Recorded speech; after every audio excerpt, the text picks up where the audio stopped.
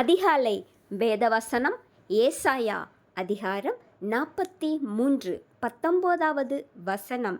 கர்த்தர் நம்மளை பார்த்து சொல்கிறாரு, நான் வனாந்தரத்திலே வழியையும் அவாந்தர வெளியிலே ஆறுகளையும் உண்டாக்குவேன். ஆமேன், ஆமேன். கடலை இரண்டாக பிளந்து மக்களை காத்தவர் நம் ஆண்டவராகிய இயேசு கிறிஸ்து. உங்களுக்கு சரியான வேலை இல்லையா? கடன் பிரச்சனையா? வாழ்க்கையில் பிரச்சனையா? எந்த பக்கம் போகிறதுன்னு தெரியலையா? வழி கிடையாதா? நம்ம ஆண்டவராகிய இயேசு கிறிஸ்து இருக்கிறார், மறந்துடாதீங்க. அவர்கிட்ட உங்களை ஒப்பு கொடுங்க, அவர்கிட்ட உங்களை அர்ப்பணிங்க.